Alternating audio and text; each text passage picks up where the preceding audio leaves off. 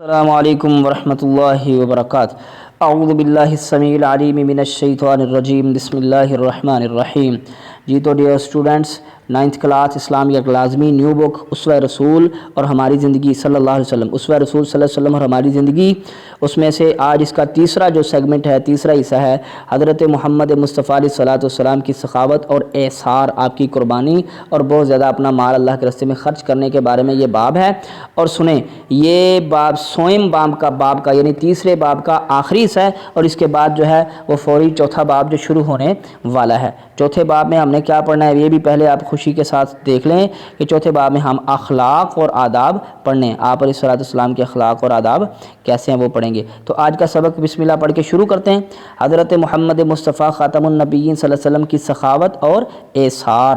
ٹھیک ہے، سخاوت کا معنی کیا ہے؟ کھلے دل سے خرچ کرنا۔ اللہ تعالیٰ نے انسان کو جو مال عطا فرمایا ہے، اس میں اللہ تعالیٰ کی خوشنودی یعنی اللہ تعالیٰ کی کو خوش کرنے کے لیے، خوشنودی حاصل کرنے کے لیے اس کے بندوں پر مال خرچ کرنا سخاوت کہلاتا ہے۔ اچھا، انسان اگر اپنی ضرورت اور حاجت ہونے کے باوجود خرچ کرے تو یہ بہترین سخاوت ہے۔ یعنی خود ایک چیز کی ضرورت ہے لیکن اس کو اپنے آپ کو جو ہے اپنا دوسرے کو اپنے آپ پہ ترجیح دینا، ٹھیک ہے، یعنی اپنی ضرورت کو چھوڑ کے اپنا مال کسی کو دے دینا، مثال کے طور پر اپنے منہ سے لقمہ نکال کر کسی کے منہ میں ڈال دینا، یہ سب سے بہترین سخاوت ہے۔ اسی کو اعصار کہا جاتا ہے، اسی کو اعصار قربانی کہا جاتا ہے۔ یہ قربانی ہے نا، ضرورت مجھے بھی تھی لیکن میں نے کسی کو دے دیا۔ سخاوت کے مختلف طریقے ہیں، مثلاً فقراء، فقیر لوگ، مساکین، مسکین لوگوں کو کھانا کھلانا، یتیموں کی پرورش کرنا، بیواؤں کی مدد کرنا، بیوہ وہ عورت ہوتی ہے جس کا خاوند وفات پا جائے، بیواؤں کی مدد کرنا، اور عوام، ٹھیک ہے، عوامی فلاح و بہبود کے مختلف امور انجام دینا، مختلف کام کرنا۔ اللہ تعالیٰ نے اعصار کرنے والے لوگوں کو کامیاب قرار دیتے ہوئے ارشاد فرمایا، وَيُؤْثِرُونَ عَلَىٰ أَنفُسِهِمْ وَلَوْ كَانَ بِهِمْ خَصَاصَةٌ، اور وہ اپنے آپ پر ترجیح دیتے ہیں دوسروں کو اگرچہ خود انہیں شدید حاجت ہوتی ہے۔ یعنی اپنی شدید ضروریات کے باوجود بھی وہ دوسروں کو کیا کہتے ہیں، وہ دوسروں کو ترجیح دیتے ہیں اپنی ذات پر۔ نبی کریم صلی اللہ علیہ وسلم نے سخاوت کی اہمیت بیان کرتے ہوئے ارشاد فرمایا، ترجمہ سنیں۔ اچھا، سخی اللہ تعالیٰ سے قریب ہے، جنت سے قریب ہے، لوگوں سے قریب ہے، اور کنجوس اللہ تعالیٰ سے دور ہے، آگ کے قریب ہے، جامع ترمذی میں۔ ٹھیک ہے، سخاوت کو اگر وسیع مفہوم میں دیکھا جائے تو مال و دولت کے ساتھ ساتھ علم، وقت، صحت بھی انسان سخاوت کر سکتا ہے۔ علم اگر کسی کے پاس ہے تو وہ بھی سخاوت کر سکتا ہے، وقت بھی اپنا سخاوت کر سکتا ہے۔ ٹھیک ہے جی، علم کی بات اس شخص کو بتانا جو واقف نہیں ہے، یہ بھی سخاوت ہے۔ واہ جی واہ، کیسی بات ہے، جس بندے کو علم کا پتہ نہیں ہے اس کو علم کی بات سکھانا، یہ بھی سخاوت ہے۔ کسی بیمار اور پریشان حال شخص کو وقت دینا جس سے اس انسان کا دل بہل جائے، یہ بھی سخاوت ہے۔ ٹھیک ہے، یہ آج کل سب سے بڑی سخاوت تو یہی ہے۔ مال تو لوگ دے دیتے ہیں لیکن لوگوں کے پاس وقت نہیں ہے، اور خاص طور پر اپنے قریبی رشتہ داروں، اپنی ماں اور باپ کے لیے وقت نہیں ہے، وہ بیمار پڑے ہیں، پیسے تو دے دیتے ہیں لیکن وقت نہیں دیتے۔ صحت مند آدمی کا کسی بیمار، بوڑھے اور کمزور شخص کے لیے کسی معاملے میں مدد کرنا بھی سخاوت ہے۔ اسوہ رسول صلی اللہ علیہ وسلم اور سخاوت و اعصار۔ حضرت انس رضی اللہ تعالیٰ فرماتے ہیں کہ نبی کریم صلی اللہ علیہ وسلم سے جو کچھ مانگا جاتا تھا آپ خاتم النبیین عطا فرما دیا کرتے تھے۔ ایک شخص حاضر ہوا اور سوال کیا تو آپ صلی اللہ علیہ وسلم نے اسے صدقے کے مال میں سے اتنی بکریاں دینے کا حکم فرمایا کہ وہ 2 پہاڑوں کے درمیان کو بھر دیتی تھی، یعنی اتنی تھی کہ 2 پہاڑوں کے درمیان جو وادی جگہ تھی اس کو بھر دیتی تھی۔ وہ اپنی قوم کی طرف لوٹا اور کہنے لگا، اے میری قوم، اسلام لے آؤ، بے شک محمد رسول اللہ صلی اللہ علیہ وسلم اس قدر عطا فرماتے ہیں کہ محتاجی کا خوف نہیں رہتا۔ اللہ اکبر۔ ایک مرتبہ رسول اللہ صلی اللہ علیہ وسلم کے پاس ایک شخص نے آ کر کہا، میں بھوکا ہوں۔ آپ نے اپنی کسی زوجہ کے پاس مہمان کے کھانے کے انتظام کا پیغام بھیجا۔ انہوں نے کہا کہ اس ذات کی قسم جس نے آپ کو حق دے کر بھیجا ہے، میرے پاس پانی کے سوا کچھ نہیں ہے۔ پھر آپ نے دوسری زوجہ محترمہ کے پاس پیغام بھیجا، انہوں نے بھی اسی طرح کا جواب دیا، حتیٰ کہ سب نے اسی طرح کہا۔ تو آپ خاتم النبیین صلی اللہ علیہ وسلم نے صحابہ کرام میں سے فرمایا، آج رات کون اس مہمان کو اپنا مہمان بنائے گا، اس شخص کو اپنا مہمان بنائے گا؟ انصار میں سے ایک شخص نے کہا، یا رسول اللہ صلی اللہ علیہ وسلم، میں اس کی ضیافت کروں گا۔ وہ اس کو اپنے گھر لے گئے اور اس نے اپنی بیوی سے پوچھا، تمہارے پاس کھانے کے لیے کچھ ہے؟ بیوی نے کہا، صرف بچوں کے لیے کھانا ہے۔ انہوں نے کہا، ان کو بہلا کر سلا دو اور جب مہمان آئے تو چراغ بجھا دینا اور اس پر یہ ظاہر کرنا کہ ہم بھی کھا رہے ہیں۔ اچھا، پھر سب بیٹھ گئے اور مہمان نے کھانا کھا لیا۔ جب صبح ہوئی تو وہ صحابی نبی کریم صلی اللہ علیہ وسلم کے پاس گئے تو آپ نے فرمایا تم نے جس طرح رات کو اپنے مہمان کی ضیافت کی ہے اس سے اللہ تعالیٰ بہت خوش ہوئے ہیں۔ کیا بات ہے، یہ بڑا عظیم واقعہ۔ نبی کریم صلی اللہ علیہ وسلم کی سخاوت کا یہ عالم تھا کہ بعض اوقات اگر آپ خاتم النبیین صلی اللہ علیہ وسلم کے پاس کچھ بھی نہ ہوتا اور کوئی مانگنے والا آ جاتا تو اپنی ضمانت دے کر مطلوبہ شے کسی سے لے کر حاجت مند کی ضرورت پوری فرما دیتے۔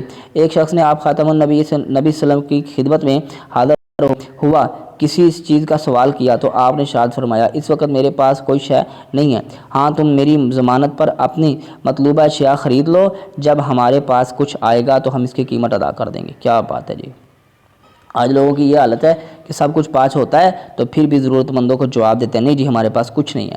ایسا کبھی نہیں ہوا رسول اللہ صلی اللہ علیہ وسلم سے کوئی چیز مانگی گئی ہو اور آپ نے کبھی انکار کیا ہو۔ نبی کریم صلی اللہ علیہ وسلم اپنے قول اور عمل میں نہ صرف سخاوت کا خود ایک نمونہ تھے بلکہ آپ خاتم النبیین صلی اللہ علیہ وسلم اہل بیت اور صحابہ کرام کو سخاوت اور اثار کی ترغیب اور تلقین بھی فرماتے تھے، اور حضرات صحابہ کرام دیوانہ وار آپ کی ترغیب پر اپنا مال و ثواب آپ کے قدموں پر ڈھیر فرما دیتے تھے۔ غزوہ تبوک 9 ہجری کے موقع پر آپ صلی اللہ علیہ وسلم نے فرمایا 9 ہجری، آپ نے یاد رکھنا غزوہ تبوک کب ہوا تھا؟ 9 ہجری۔ آپ صلی اللہ علیہ وسلم نے فرمایا آج کوئی ایسا شخص جو لشکر کی تیاری میں میری مدد کرے تو میں اس کو جنت کی بشارت دیتا ہوں۔ تو کون کھڑے ہوئے؟ حضرت ابو بکر صدیق رضی اللہ تعالیٰ نے اپنا سب مال اسباب آپ کی بارگاہ میں نچھاور کر دیا۔ حضرت عمر فاروق رضی اللہ تعالیٰ نے گھر کا نصف مال پیش کر دیا۔ حضرت عثمان غنی رضی اللہ تعالیٰ نے سامان جہاز سے لدے سینکڑوں اونٹ اور اشرفیاں بارگاہ رسالت میں پیش کر دیں۔ کیا بات ہے جی، اہل بیت اطہار سخاوت و اثار و قربانی کا پیکر تھے۔ ایک بار سیدہ فاطمہ الزہرا رضی اللہ تعالیٰ عنہ حضرت علی المرتضیٰ رضی اللہ تعالیٰ عنہ روزے سے تھے کہ افطار کے وقت سائل نے دستخط دے کر کہا کہ میں بھوکا ہوں، تو سب کچھ اس کو عطا کر دیا اور خود پانی سے روزہ افطار کر کے اللہ کا شکر ادا کیا۔ ہمیں بھی سخاوت و اثار کی صفات اپنانی چاہیے، کیونکہ سخاوت و اثار جہاں افراد معاشرہ کی مدد ہوتی ہے وہاں اللہ تعالیٰ کی رضا بھی حاصل ہوتی ہے۔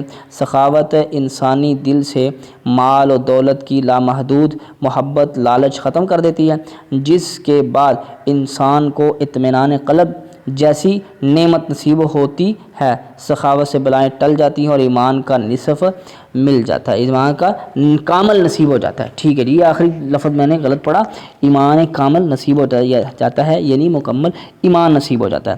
اب چلتے ہیں جی جلدی سے اس کی مشق کی طرف، درست جواب کا انتخاب کریں۔ سخاوت سے مراد کیا ہے؟ کھلے دل سے خرچ کرنا، کھلے دل سے خرچ کرنا۔ آگے چلتے ہیں، علمی سخاوت سے مراد کیا ہے؟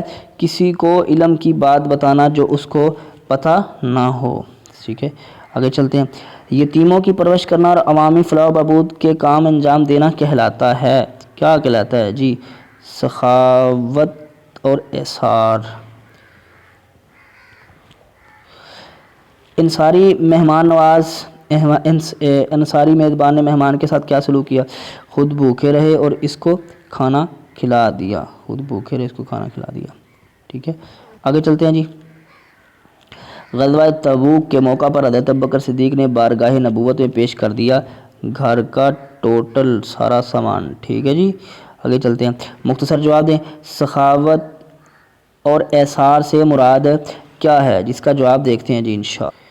لیکن جی اس کا جواب جو ہے یہاں سے پڑھیں گے، سخاوت کا معنی یہاں شروع سے لگ کے ٹھیک ہے نیچے تک، یہاں تک، ٹھیک ہے، اس کا یہاں سے جہاں تک جواب ہے، ٹھیک ہے، آپ یہاں سے اچھی طریقے سے یاد کر لینا۔ آگے چلتے ہیں جی، سخاوت کی اہمیت کے بارے میں اللہ تعالیٰ کا فرمان بیان کریں۔ سخاوت کی اہمیت کے بارے میں یہ آیت اپنے ذہن میں رکھنی، وَيُؤْثِرُونَ عَلَىٰ أَنفُسِهِمْ وَلَوْ كَانَ بِهِمْ خَصَاصَةٌ۔ ٹھیک ہے، اس کا ترجمہ بھی اور آیت بھی زبانی یاد کر لیں کہ وہ اپنے آپ پر انہیں ترجیح دیتے ہیں، یعنی دوسروں کو، اگرچہ خود انہیں شدید حاجت ہوتی ہے۔ اگلا سوال دیکھتے ہیں، اگلا سوال کیا ہے؟ اگلا سوال ہے جی